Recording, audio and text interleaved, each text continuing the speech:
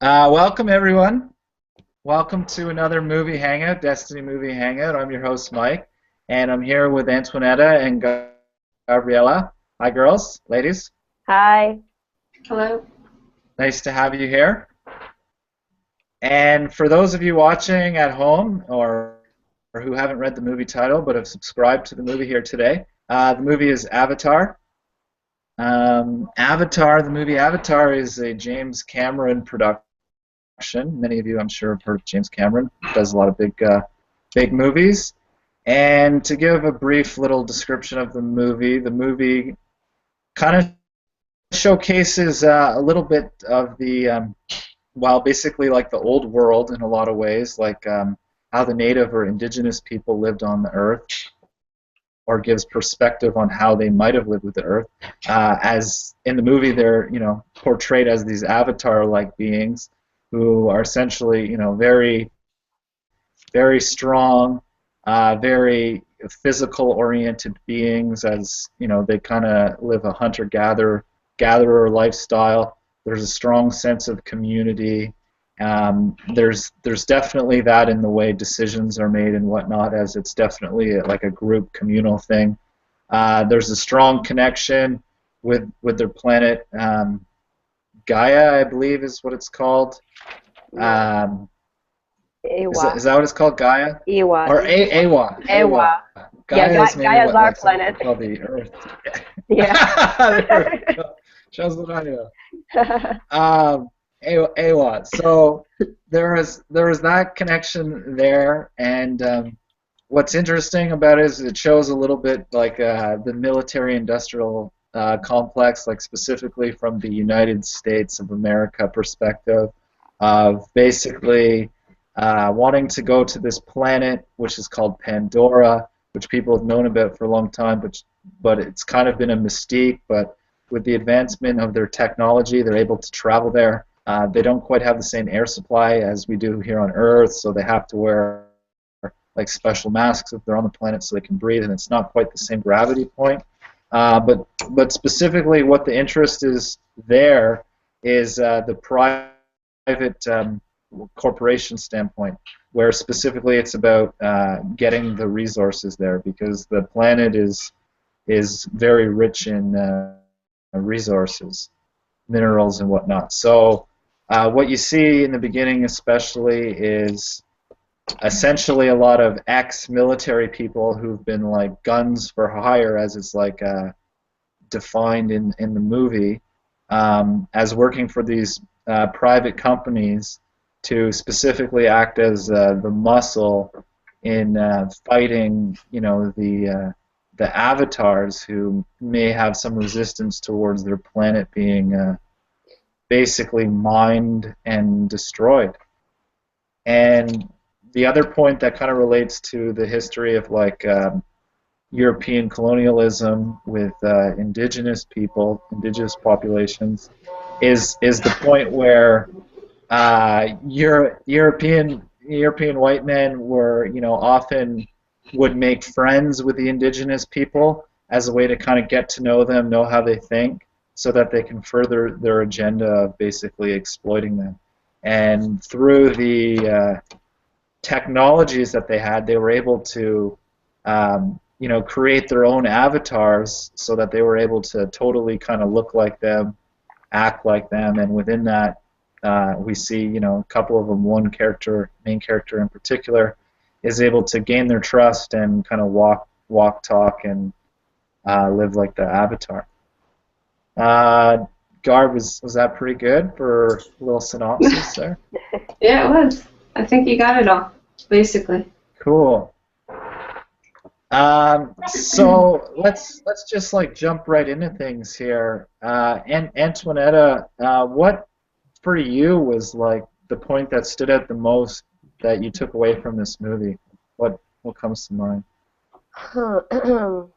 It was a long time that I saw it, so I don't exactly recall if I had any like emotional reaction to it. I know that Mhm. other people, that was kind of in the news, had an emotional reaction to the movie. So I'm not sure what it was exactly. I think it had to I think it was about the part where they saw this, beautiful planet and the connection to it, and they might have taken it like we would like something like that, but we don't have that, if that makes sense. What I really liked about the movie, though, and it's something that Garth mentioned earlier, was about actually was about the planet connection, how everything worked as one, and how the whole planet could technically like breathe and feel each other. Interesting. Yeah. Interesting. Yeah, that kind of really showcases the point of or dawn some reflection on maybe what is possible for us humans here on the earth. Like if we're not so basically engulfed within our self-interest, that we'd have the awareness to kind of see what's going on at different levels, basically, of what's happening here. Garb, you mentioned something to me earlier, like about that point. Maybe you'd like to elaborate for the viewers on it here, where you talked about, you found it fascinating seeing like the planet kind of showcased itself like as a live network or something like that. Yeah. So obviously from Jake Sully's perspective, the Army Ranger, whatever he was, the Army private who came from Earth, they came on a spaceship, the humans, to this planet Pandora. And so it was interesting to see the perspective of the humans who are there basically to make profit from the planet, and then Jake being able to go into his the avatar person to go into the tribe, the naive tribe. Navi was it? Navi tribe. Navi, yeah. So you see how he progressed in his like kind of ignorant type mentality of these people are just living on land, and they can move, and we can just go in there and take what we want. We want the minerals or whatever they were trying to look for. We want the money basically, and not really considering what they were actually doing, the people they were affecting, the animals, the interconnected existence that lived in that land. And it was cool to see when he went into their community and kind of developed that trust, that it was cool to see that journey of him coming from ignorance and going into the person where he kind of saved their tribe in the end. So that was cool journey to watch. Yeah, that kind of reflects and parlays a lot with the Desteni I process in so many ways. Yeah. Like I know I can relate to that, and it's changed my perspective in many ways about just my everyday interaction. Is through that point of personal self-responsibility within it as my self-reflection, where everything reflects back to yourself. Like I know, like as a general point, there's kind of a mind reactionary tendency to, you see stuff happening like around you or whatnot, it's bad, and there's often in many cases a tendency to parlay project blame about these things that are happening, as it's not really your fault, but it's it's other people that are doing it or whatnot, like a bit of finger pointing going on, and not really placing ourselves one and equal with all that's happening, and that maybe the very nature of what is existing in our own mind as the relationship constructions that we're made up of, so much so, is that exact very nature. Like the war within reflects the war without, so much so. Yeah. Can you guys relate with that? Yeah, I can. Yeah, it's definitely how it is here. We can definitely relate to that in reality. Well, I think everyone walking this process with Desteni can relate that. Just even walking a couple of years, how you change from, believing things about yourself or about other people, and, walking the process of forgiveness and correction and figuring out why you were thinking those ways, and, coming to a type of like resolution with yourself and with others, so you can, stop your own like ignorance or self-interest, and be able to, interact with people on a equal basis. And through that stopping and correction point and being able to interact with someone as an equal, through that a lot of, benefit comes from that. Like things open up, opportunities open up. Just you start to expand within that, and that's kind of, in a visual sense, that kind of is what Avatar was about. Like, if you treat, nature in the best way possible, or if you respect nature, it will respect you back. There's like an equality within that. So, yeah. For sure. What was? Yeah. Or go ahead, Antoinette. Okay. Yeah, I just wanted to. Yeah, I wanted to say that. Yeah, I agree. Like at first, I did not understand what you were saying, Mike. But then when Garb started talking, so when he was going and investigating the tribe, if that's what it was, yeah, the tribe. Like she said, he came in with not knowing what to expect, and he had probably a preconceived idea going into there. And then once he really got to know them, then he understood that he was wrong, and he became part of them, so they accepted him. So yeah. But I was going to say that there was kind of like two different perspectives. One was a military one, and one was a science community. And even though they were hired to work together, they each had their own things they wanted out of the tribe. So the military obviously wanted the rocks and the minerals, and used the science community to get to infiltrate them by getting into the tribe. And then the science community, they did not necessarily wanted to harm them in any way, but they wanted to study them further, like we study things today, and objectively, not really getting to know them, but also gaining something out of them by studying other things without really how do I want to say it? Contributing,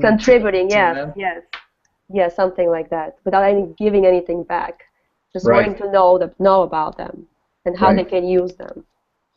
Yeah, because I mean, yeah, that's an interesting point, because both were very much rooted in their individualized self-interest as like how to further their own agenda within their particular fields.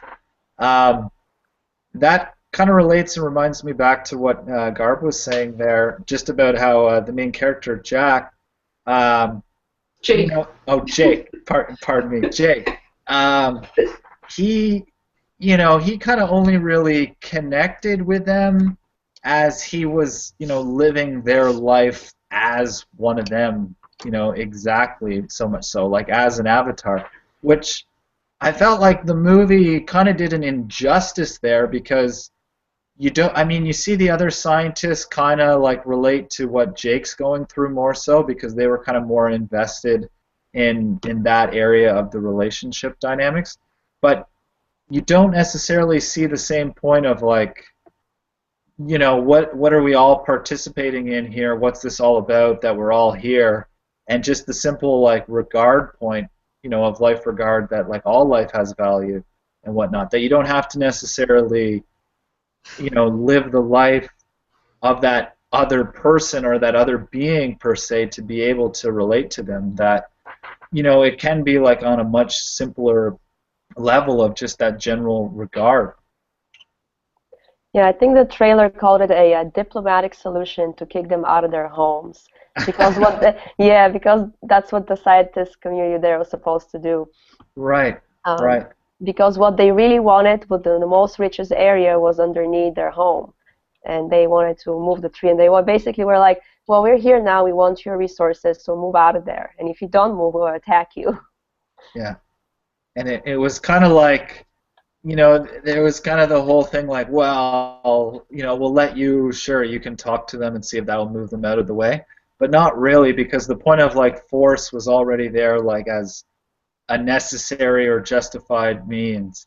It was kind of like, well, yeah, sure, if you can get them to just totally leave and it doesn't take you any time to convince them to leave, then that's fine. But if it takes you, if it's going to take more than 5 minutes, basically, we're going to just start moving with the tanks, and they'll move because they don't want to get run over by the tanks or whatnot. So kind of like saying like, we're going to ask them, but we're not really asking them per se to hear what they have to say, but just kind of say like, this is what we're doing. You want to agree with us, whatever's happening. Yeah, they already had their agenda going on. Yeah. So then the soldier, he basically had a choice to make. First he was working for the military, Right. and then he had a change of heart, and he had a choice to make. Obviously, he didn't want to work with the military anymore. So yeah, I guess he chose the right way. Well, in a lot of ways, it's almost like he gave up the choice, right? Because the choice so much so was sold to him in the beginning that, the military guy was like, we're going to get you your legs back. Like, we can totally get you a new set of legs and you'll have legs, so just do what it is for me and I'll get you what you want, and then you're good, you're done, you're out of here. Like, that's it.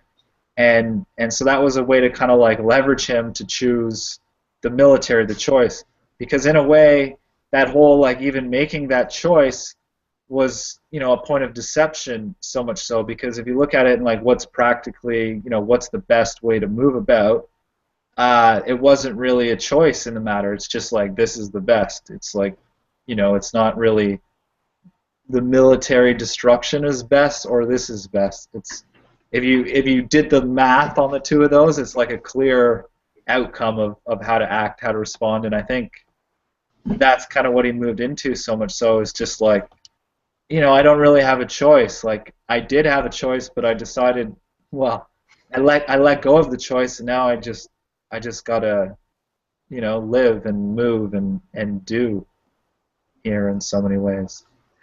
Yeah, and also at the end there, they show him speaking. You know how he had to do those video logs to kind of record his observations. And at the end, he said like, there's no way these people are going to move from their land. Like they're not going to give up their land. They're not going to take beer or what Americans or what humans value, like stuff like material stuff, drinking, partying, things like that. Like he kind of realized the value and the natural type wholesome environment of this tribe that he was now living within, and kind of gained their trust and started living their ways and seeing like he can connect to a flying like bird and fly with them and like do all these amazing awesome stuff. So it's like, why would they ever want to destroy things and do that? In a way, he got so much more than his legs that way too. Yeah. Yeah, totally. Totally. Yeah, and at the end, he, the next movie is going to be him as the Avatar, whatever, the Navi people, because his eyes open. Wait, there is a next movie? Well, at the end, he goes with that tree, and they bring him from his human body into the Avatar, so now he's one of them completely. Oh, yeah. So yeah, he got much more than legs.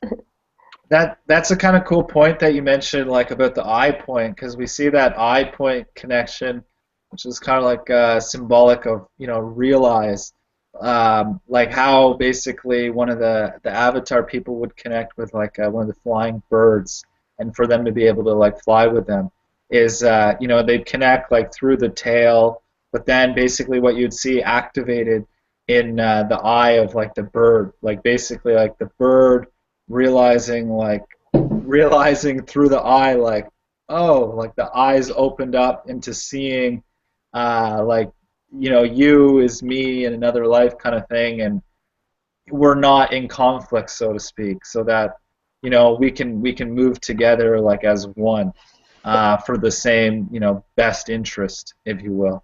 That was a Um, point of, I'm sorry, that was no, go ahead. a point of intimacy in a way, because isn't that the same way they, I guess, had sex too, through the tails? Or am I wrong? Did you say Uh, that again? I don't, isn't it that the way that they made it, or whatever they called it there? Through the tails or hairs or something? I don't think. I think that was just the way they connected to other beings in the environment. I don't Okay. think if they ever showed them having sex. No, no, they didn't. I don't recall. no, it wasn't. It wasn't because when she came back, I thought that they said that you mated with him or something like that. They did, and it kind of showed them like kind of like moving about in traditional like human type ways where they were like beginning to kiss and whatnot, and like they'd come together, and then like in so many movies, okay, scene fades out, and, and then it's like tomorrow, or it's like they Oh, wake up in the bed together. no, Um, I thought it was something with the hair or the tail, that the way that the connection. I don't know. Maybe I'm wrong. there, hmm, I mean, maybe I'm missing that point. There was like the general like connection point Uh-huh. with the hair, and also like with like on the trees and whatnot, like yeah, like the touch of like of the hair. Yeah, that tail was kind of the way they connected with others. Like they could download and upload info from that tree that was the spiritual tree, and yeah, and that's how they connected to the different animals that they were connected with, the horses and stuff. So I think that was just their connection point into nature, or into the interconnected network of life that was there. The life source. No, Yeah, yeah, that was a cool representation. yeah, Totally. Well, one of you was mentioning earlier, like showing how like the nature is all connected together there. That kind of like representing the brain, or like Yeah. the mind, just like all the networks and ways about making connections and whatnot. Um, yeah, that's kind of a cool point as well. And what I noticed and found to be somewhat symbolic in the movie was, basically he gets lost or separate. Jake gets separated from the other scientists in near the beginning of the movie when he's in his avatar body, and they're on the planet, and he's basically going to have to fend for himself and spend the night there. And he's very much like in his mind in basically army survival mode, fear, and he lights the fire, and he has like the fire, and he's waving it all around, and you can't really see the interconnectedness of everything when he's got the light on, like the fire. And Garb was mentioning earlier like how that kind of showcases who we are like as human individuals when we're in like our own frame of mind, so much so that we don't really see like a holistic perspective of what's around us, what we're participating within, because we're so much so in just that particular energetic thought train of a tunnel vision, so to speak, as like blinded by the light, like a deer in the headlights in a lot of ways. yeah. And then so when he had that fire and he's kind of trying to keep all the creatures away from him, the animals that were kind of dangerous. She came, and instead of killing him, because she got that sign from the the life force that was there, she took the fire and put it out in the water, and then the whole surroundings illuminated, and you saw how everything was right there. Everything he could see, he just had to get out of his mind, so to speak, and look around him and realize that we're all here. Nature will support us as we support nature. And yeah, so it was kind of cool to see that that awareness that opened up in the movie at that point. And within that train of thought, when they were getting attacked, the whole planet journey basically connected with the animals and every living thing on the planet as one body representation and just fought back. Yeah, yeah, that's kind of well, those are cool points, and it can stimulate the thought into what is possible for us here on Earth within and as like how our relationships exist. Because I mean, if you look at things here, right? Like there's a lot of technology to make things easy, if you will, for human life and even for animal life and all the other forms of life as well on this planet. But yet, there's, and I mean, ironically, there's so much war around the technology of things. Like technologies are developed seemingly so much so for that specific point of war. Like you look in this movie, for instance, and the technologies used to create the war, perpetuate the war, so that they can get the goods of what they want. Were quite advanced. Like you see them using like these super like quantum computers, where it's just like like all this sophistication there, which is very cool. But within that all, it's like using all this like really cool stuff, but at the base like core of their individual programming, like as who they are as beings, is totally out of whack and so primitive.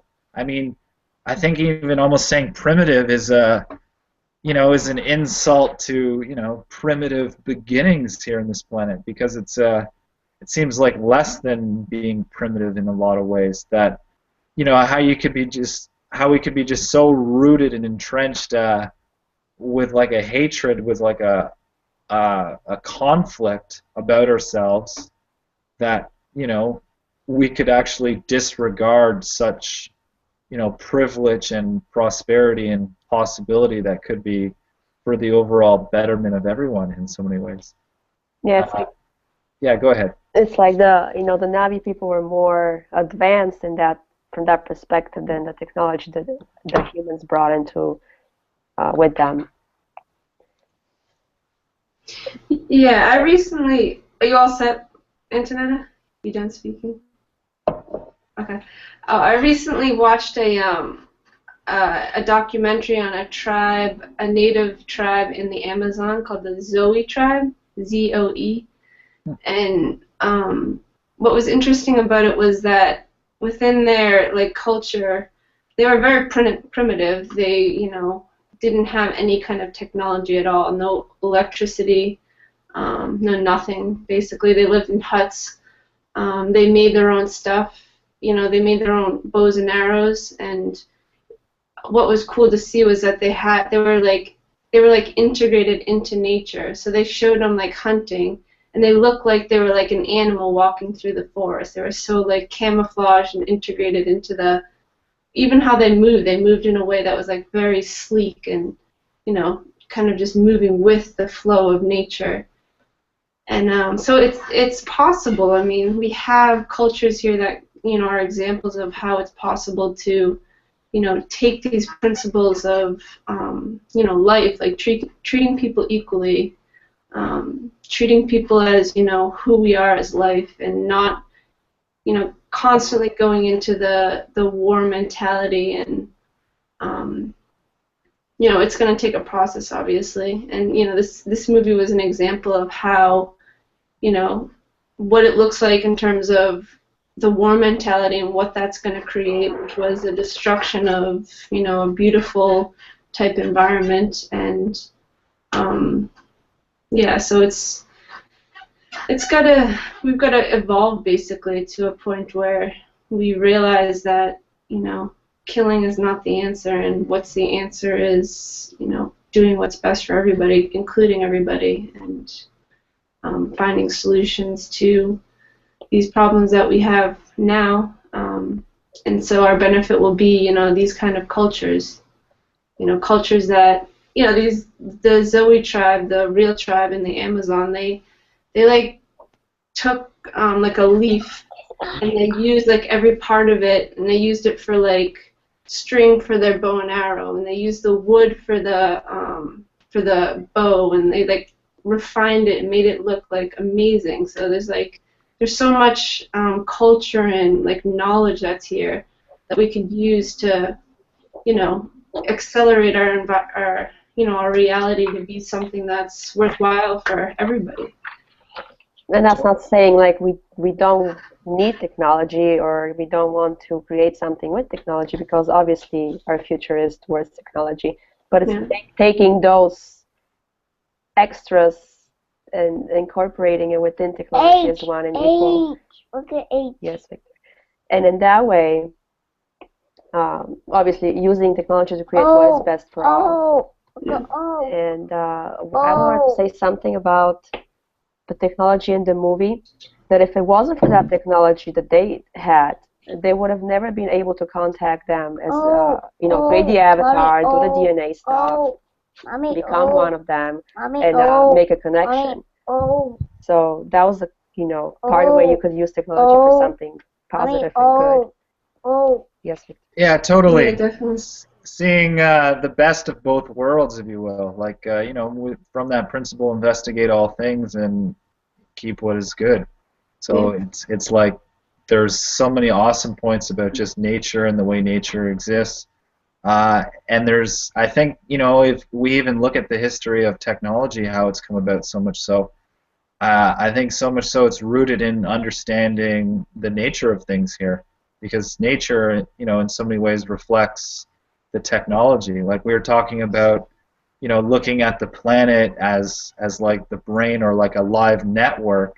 You could say that that's so much so reflective of like nanotechnologies, or even like the way the internet exists, that whole interconnected network and that platform of communication. And yeah, it's quite fascinating in that regard. The movie and showcasing how it was about like a specific mineral or whatnot that they wanted, that was like deemed to be valuable to them, and that's why they want it. They didn't really necessarily get into such specifics about it. I mean, I think in the movie you saw it kind of like floating or like hovering at one point, this rock, like this special rock. But it reminded me, in our world here on Earth, how there's such a point about particular metals, you could say, and like specifically the one that arguably gets the most attention is gold. And we look at the point of gold, how we've connected it to money so much as like its store of value or whatnot. And then I mean there's a whole history there, but even technically the way money exists now, it is not connected to gold, but we do still give gold like a particular value point, and the value point on gold is relatively high, which in a lot of ways is kind of ridiculous, because if you look at like the whole extractment process that goes on in how gold is acquired, it's this like big operation into just like digging the hell out of the earth so that you can get these pieces of gold, and you can store them somewhere to be of no use really to anyone, but basically just to know that they have this value that we've written down on a piece of paper that we can trade for other pieces of paper, or we can sell for other pieces of paper, because we've deemed that to be like of a certain value and worth. And it's just kind of, well, it's really quite ridiculous in so many ways, because we could just decide like, guess what? Life is valuable. Like, it is valuable. We're valuable. Let's create, a value system of how things work, so that we don't necessarily have to do stupid work in order to create value for things that we've made valuable. When really, in a lot of ways, gold is so much so useless. Like, it doesn't have it's not very popular in its usages. I mean, you can make your you can have gold jewelry, or you can, make your car gold if you have enough money, or you can have, gold cutlery or whatnot. But it's so much so just kind of, I want to say like a flamboyance point of just kind of like, showing off of like reigns of superiority. And I mean, its roots and its history are so much connected to, royalty or lineage, that's like what power is. And so even if it's stupid, it's just kind of like, perpetuating the history because that's what it was decided long ago. And yeah, I mean, it's pretty silly. It's gold and diamonds.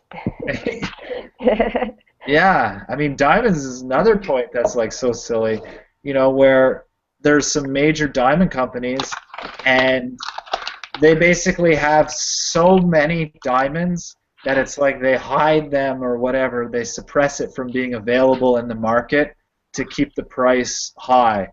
And, still within mainstream media or whatnot, enough people have bought into or believe that this is the custom, this is the tradition, that, if you get married or whatnot, Yeah. or like a fancy piece of jewelry for your relationship, it's about diamonds, that there's like all this prestige and value to it. But really, I mean, it's kind of, sacrilegious, if you will.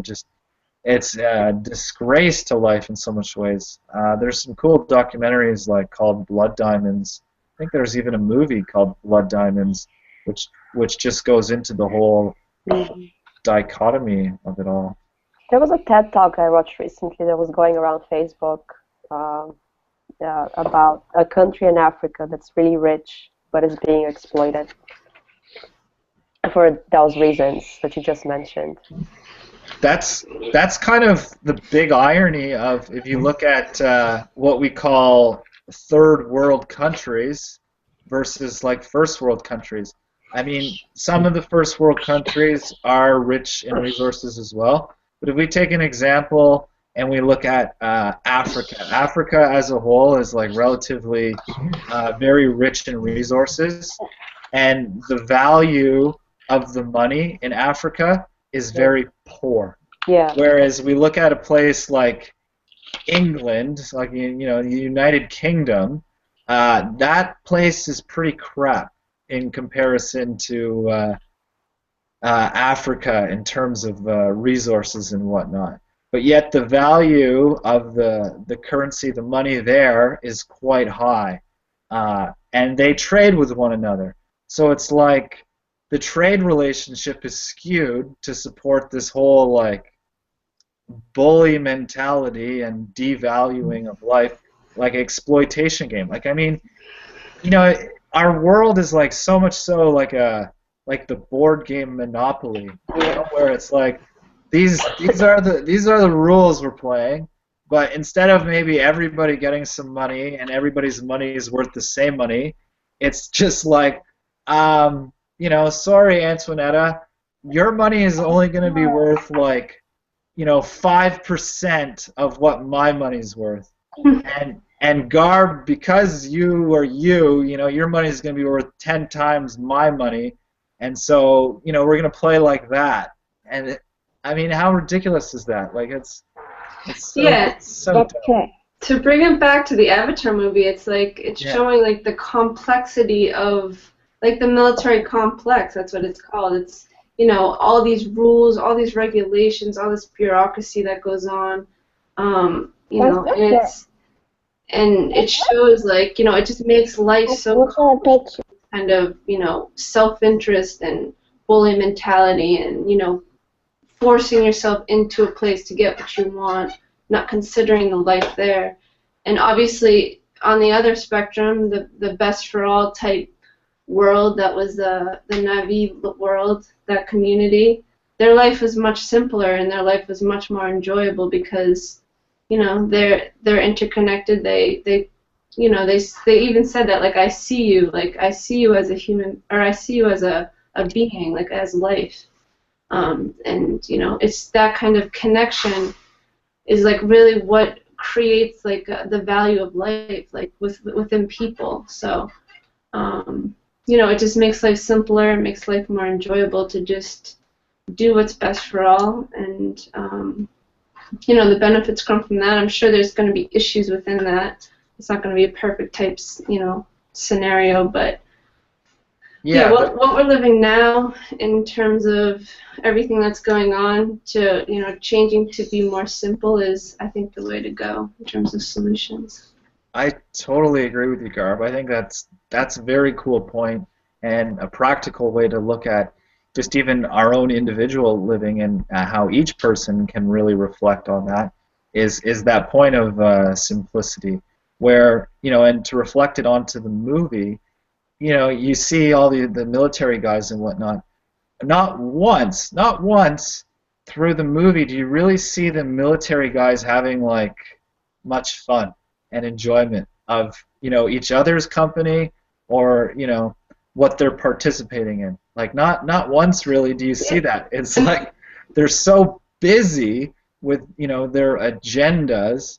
And Like they're also like nasty to each other. They're like, you know, mean and like yeah, name calling and just like kind of that's like miserable. schoolyard like bully mentality that like everything sucks for everyone and they're projecting it out totally. Like when that main character guy Jake shows up at the main complex, if you will, you kind of hear in the background like guys basically chirping on him because like, oh, he's in a wheelchair or whatnot, like look at this charity case or whatever, like basically just talking pure crap rubbish about him. And yeah, that was definitely the sentiment the whole way. Like, even though we all hate each other, and it's like kind of an agreed upon like tacit acceptance, we're still all working for the same goal because we want to keep this relationship that we have of hating each other alive and intact, which is totally ridiculous. And then on the other end, you see, like you're saying, like the Navi people enjoying one another. Like there's a lot of moments of intimacy. Fun is had in various capacities, and they do work, like as well. Like everything is working as a result of like allowing this openness and working together. Which to me is it really showcases like again back to ourself and destiny and the individual process is that as we like allow ourselves to question our own relationships and whatnot and how we think and perceive things to be and how we participate in this world, we really can enhance our own individual enjoyment and support for one another by living in a way that's just rooted in principles of simplicity. Yeah. So we've covered a lot of cool points here tonight. Any final takeaway comments for the viewers at home? I wanted to, when you were talking about the gold, I think there's I don't know if it's a folk tale that's international folk tale, because there's also kinds of version of folk tales. But there's one for a folk tale about the golden girl. And as far as I can remember, the father or somebody in the family he wished everything he touches turns into gold. And then eventually he couldn't touch her, but then he made a mistake and he touched her and she turned into gold. So there's lots of like moral stories that, within our society that we have about the things that are best and the things that are not best to do, and then what's the moral lesson out of the story. Then at the end, all it is just a story. Like we never actually take it out and bring it to a kind of solution of what we see in the world. So I think that through the Desteni I process and just Destiny as a whole, we do that, and those are the results that I'm seeing. That we work towards a solution. That it teaches us to work towards a solution, and not just stick it to a story. Awesome. How about you, Gar? Yeah, I think Antonetta summed it up well. I agree with her, and yeah, I don't have much to say from that. Awesome. Yeah, Antonetta, just to like add on what you're saying, it totally reminds me of in the beginning when I came across Destiny and was hearing what was being said. it was, you know, it was very mind-blowing for me in a lot of ways, to the point where when I was telling other people, you know, about Destiny and what I was learning and whatnot, and the education here and its practical uses, I would refer to Destiny so much so as a golden platter of assistance and support. I was like, this is a golden platter here, you know, in the internet. You can say there's so much crap on the internet, whatnot, and you know, here being offered to anyone and everyone is a golden platter, like for, you know, for everyone, for all life. Yeah, awesome, awesome. Well, thanks for being here, ladies. It's Thank been a you. pleasure chatting with you. That's fun. And yeah, I hope to have you on again. And everyone who has been watching, thanks for tuning in. This wraps up another Hangout. We will be back next Friday, I believe. Time to be determined. Movie is also to be determined. We do accept requests. So if you have one, maybe make your case as to why I should pick your request, and maybe I will pick it. All right. Other than those requests. and, and that's about it. So until next time, sayonara. All right. Bye-bye.